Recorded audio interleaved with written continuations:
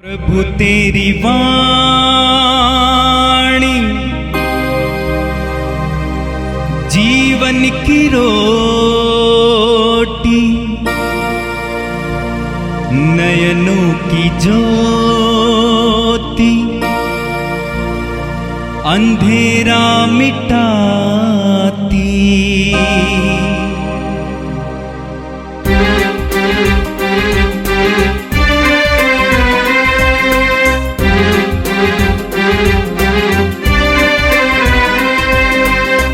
प्रभु तेरी वाणी जीवन की रोटी, नयनों की ज्योति, अंधेरा मिटाती।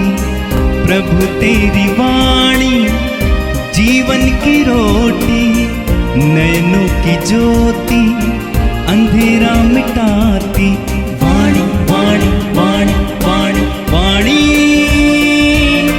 पवित्र है, शाश्वत है, जीवन का मन्ना है। जय यीशु।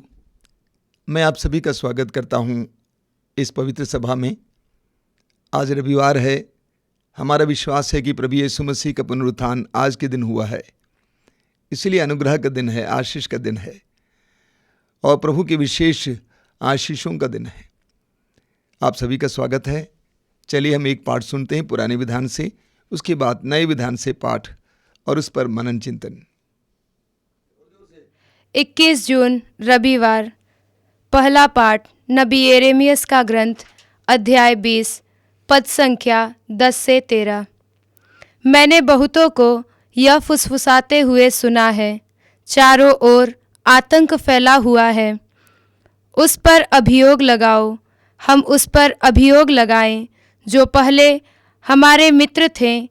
ये सब इस ताक में रहते थे कि मैं कोई गलती कर बैठूं, और यह कहते थे वह शायद प्रलोभन में पड़ जाएगा और हम उस पर प्रबल होकर उससे बदला लेंगे। परंतु प्रभु एक पराक्रमी सूरवीर की तरह मेरे साथ है। मेरे विरोधी ठोकर खाकर गिर जाएंगे, वे मुझ पर प्रबल नहीं हो पाएंगे और अपनी हार का कटु अनुभव करेंगे। उनका अपयश सदा बना रहेगा। हे विश्वमंडल के प्रभु, तू धर्मी की परीक्षा करता और मन तथा हृदय की थाह लेता है। मैंने अपने को तुझ पर छोड़ दिया है। मैं देखूंगा कि तू उन लोगों से क्या बदला लेता है। प्रभु का गीत गाओ, प्रभु की स्तुति करो, क्योंकि उसने दीन की आत्मा को दुष्टों के हाथों से छुड़ा लिया है। यह प्रभु की वाणी है। संत मत्ती के अनुसार पवित्र सुसमाचार, अध्याय 10, वाक्य 26 से 33 तक। यीशु ने अपने प्रेरितों से कहा, लोगों से नहीं डरो। ऐसा कुछ भी गुप्त नहीं है जो प्रकाश में नहीं लाया जाएगा, और ऐसा कुछ भी छिपा हुआ नहीं है जो प्रकट नहीं किया जाएगा। मैं जो कुछ तुमसे अंधेरे में कहता हूं, उसे तुम उजाले में सुनाओ। जो तुम्हें फुसफुसाहटों में कहा जाता है, उसे तुम पुकार पुकार कर कह दो। उनसे नहीं डरो जो शरीर को मार डालते हैं, किंतु आत्मा को नहीं मार डाल सकते हैं। बल्कि उससे डरो जो शरीर और आत्मा दोनों का नरक में सर्वनाश कर सकता है। क्या एक पैसे में 2 गौरैयां नहीं बिकती? फिर भी तुम्हारे पिता के अनजान में उनमें से एक भी धरती पर नहीं गिरती। हाँ, तुम्हारे सिर का बाल बाल गिना हुआ है, इसलिए नहीं डरो। तुम बहुत सी गौरैयों से बढ़कर हो।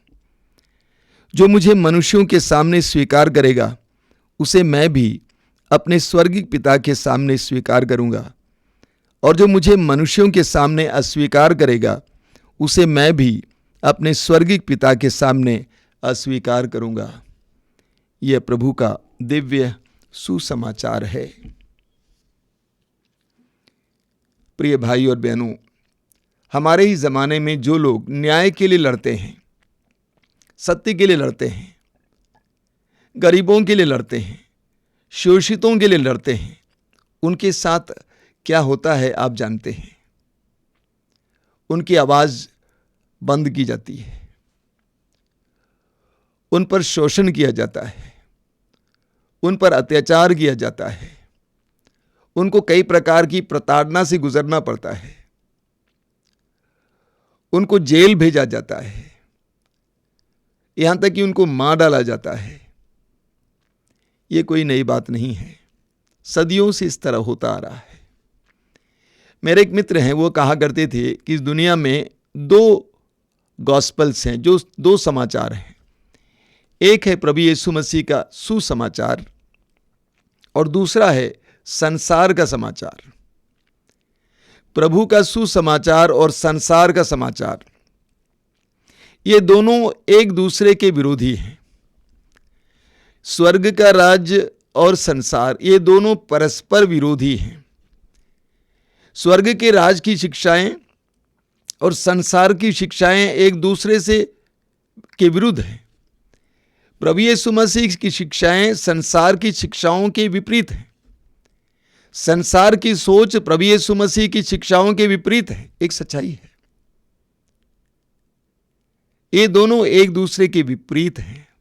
इसलिए याकूब लिखते हैं, याकूब का पत्र अध्याय 4 वाक्य 4 में याकूब लिखते हैं, बेईमान और कपटी लोगों, क्या तुम नहीं जानते संसार के साथ मित्रता का अर्थ है ईश्वर के साथ दुश्मनी।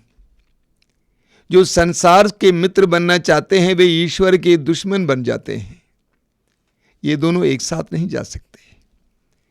प्रभु यीशु ने मत्ती के सुसमाचार के अध्याय 6 उसके वाक्य 24 में कहा है, कोई भी दो मालिकों की सेवा नहीं कर सकता है।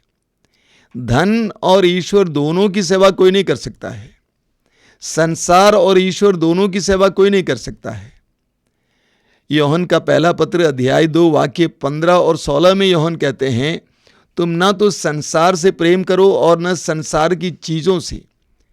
जो संसार से प्रेम करता है उसके अंदर ईश्वर का प्रेम नहीं है। तो संसार और ईश्वर का राज्य, ये दोनों एक दूसरे के विरुद्ध हैं। ईश्वर के राज्य की शिक्षाएं और मूल्य संसार के मूल्यों के विरुद्ध हैं। यही कारण है जो ईश्वर के राज्य के लिए काम करते हैं उनके साथ अन्याय होता है, अत्याचार होता है। प्रभु यीशु ने योहन के सुसमाचार के अध्याय 15 उसके वाक्य 18 और 19 में कहा है, यदि संसार तुमसे बैर करे तो ये जान लो कि उसने मुझसे पहले बैर किया। यदि तुम संसार के होते तो संसार तुमसे प्यार करता, अपनाता और तुमसे प्यार करता। मैंने तुमको संसार से अलग किया है, इसीलिए संसार तुमसे बैर करता है। नबियों के साथ क्या हुआ? पुराने व्यवस्थान के नबियों के साथ क्या हुआ? इस्राएली जनता के पास ईश्वर ने अपने नबियों को भेजा, लेकिन इस्राएली जनता ने नबियों का तिरस्कार किया, यहां तक कि मार डाला। संसार ईश्वर के संदेशों को सह नहीं पाता है, झेल नहीं पाता है। आज के पहले पाठ में आपने सुना कि नबी यिर्मयाह क्या कहते हैं।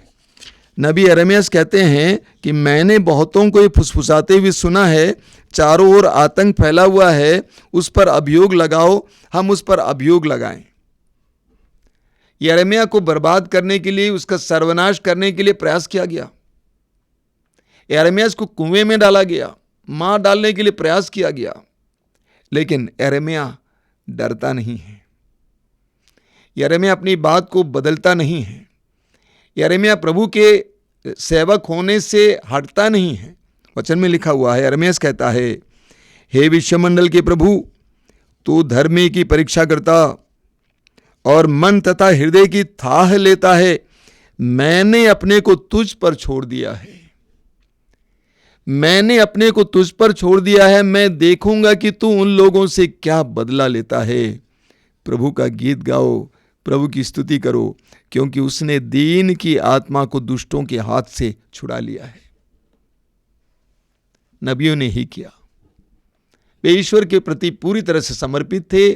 अत्याचार के सामने, दुख के सामने, विपत्तियों के सामने सिर नहीं झुकाए, खड़े रहे, लेकिन पूरी तरह से ईश्वर पर निर्भर रहे। हम सबको प्रभु के राज्य के लिए काम करते समय स्वर्ग के राज के लिए काम करते समय, प्रभु के साक्षी बनते समय विभिन्न प्रकार की विपत्तियों और दुखों और अत्याचारों का सामना करना पड़ेगा। उन सारे क्षणों में हमें याद करना चाहिए कि हमने सिर्फ मूल्य चुकाया है। ईश्वर के राज्य के लिए काम करने के लिए, सत्य का जीवन जीने के लिए, प्रेम का जीवन जीने के लिए, दुखियों और पीड़ित लोगों की सेवा करने के लिए हमने जो अत्याचार सहा है वो मात्र कीमत है, मूल्य है। इस प्रकार हमें सकारात्मक ढंग से उन सारे अत्याचारों को ग्रहण करना चाहिए। आज के सुसमाचार में प्रभु यीशु मत्ती के सुसमाचार के अध्याय 10 में अपने शिष्यों को पहले से बता देते हैं कि तुम्हारे ऊपर भी अत्याचार होगा, यहां तक कि तुम्हारे परिवार के लोग तुम्हारे विरुद्ध हो जाएंगे, लोग तुम्हें मार डालने का प्रयास करेंगे, लेकिन तुम नहीं घबराना। प्रभु कहते हैं लोगों से नहीं डरो, ऐसा कुछ भी गुप्त नहीं है जो प्रकाश में नहीं ला जाएगा। आगे प्रभु कहते हैं तुम्हें डरना नहीं, उनसे नहीं डरो जो शरीर को मार डालते हैं, उनसे नहीं डरो जो शरीर को मार डालते हैं किंतु आत्मा को नहीं मार डाल सकते हैं, बल्कि उससे डरो जो शरीर और आत्मा दोनों का नरक में सर्वनाश कर सकता है। वो कौन है? पाप, शैतान। उससे डरना है। हमें पाप से डरना है, पाप को दूर रखना है। इस दुनिया में लोग बहुत ज्यादा डरते हैं। किस बात के लिए? शरीर के लिए, यानी शरीर को बचाने के लिए वे लोग प्रयास करते हैं। जो शरीर को नष्ट करने के लिए आते हैं उनसे बहुत डरते हैं, चाहे वो मनुष्य हो, रोग हो, कुछ भी हो। आज हम ऐसे समय में रह रहे हैं जब कोरोना वायरस का सर्वत्र आतंक है और कई लोग इसके डर से जीते हैं। उनको मौत से डर है, शारीरिक मौत से डर है। बहुत सारे लोग शारीरिक मौत से डरते हैं। एक भाई के बारे में मुझसे कहा गया कि उनके साथ ऐसा हुआ। मैंने कहा वो तो पहले ही मेरे लिए मर चुके हैं। वो आत्मिक रूप से मरे हैं, वो मानसिक रूप से मर चुके हैं, अभी वो सिर्फ शरीर में जी रहे हैं। प्रभु यीशु ने कहा तुम उनसे नहीं डरो जो शरीर को मार डालते हैं किंतु जो आत्मा को नहीं मार डाल नहीं सकते हैं, बल्कि उनसे डरो जो शरीर और आत्मा दोनों का नरक में सर्वनाश कर सकता है।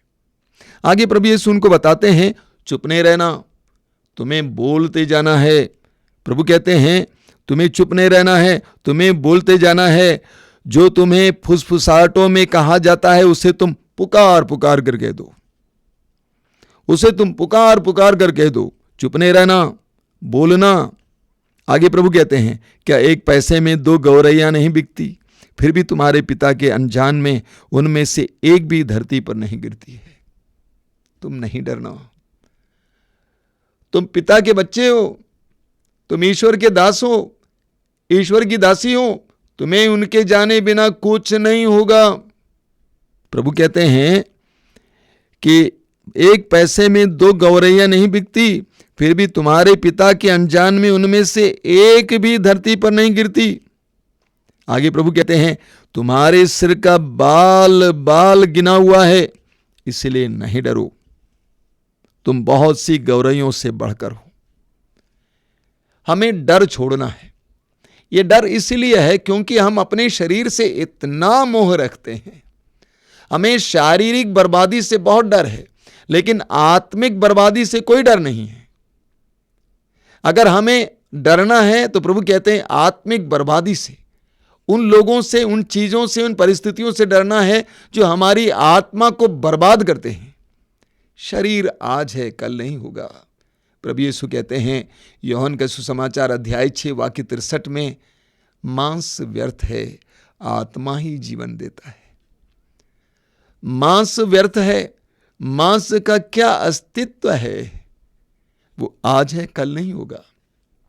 इसलिए प्रभु कहते हैं मत डरो, बिना डर का जीवन जियो। आगे प्रभु कहते हैं जो मुझे मनुष्यों के सामने स्वीकार करेगा उसे मैं भी अपने स्वर्गीय पिता के सामने स्वीकार करूंगा। प्रभु कहते हैं तुम पर अत्याचार होगा, लोग तुम्हारा तिरस्कार करेंगे, लोग तुम्हें दुख देंगे, लेकिन तुम्हें मेरा साक्षी बनना है। तुम्हें मेरा साक्षी बनना है, उसमें शर्माना नहीं है। मैं पिता के सामने तुम्हें स्वीकार करूंगा। आज प्रभु हमें दोनों पाठों के द्वारा प्रोत्साहित करते हैं, कहते हैं डरो नहीं, डरो नहीं। ईश्वर के राज्य के सेवक सेविका के रूप में, ईश्वर के प्रजा के रूप में जीवन जीने के लिए डरना नहीं। तुम्हारे साथ कोई भी कुछ नहीं कर सकता है। तुम्हारे स्वर्गीय पिता जानता है क्या होगा क्या नहीं होगा। इसीलिए अपने आप को समर्पित कीजिए।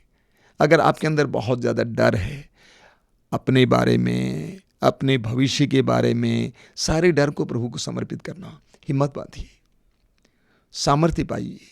प्रभु यीशु के वचन को याद कीजिए कि एक भी गौरैया बिना पिता के जाने नहीं जमीन पर गिरता है।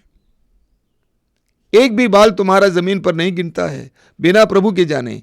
एक एक बाल पिता ने गिना है। डरना नहीं, हिम्मत के साथ एक विश्वासी का जीवन जीना है। आंखें बंद कीजिए, हम प्रार्थना करें।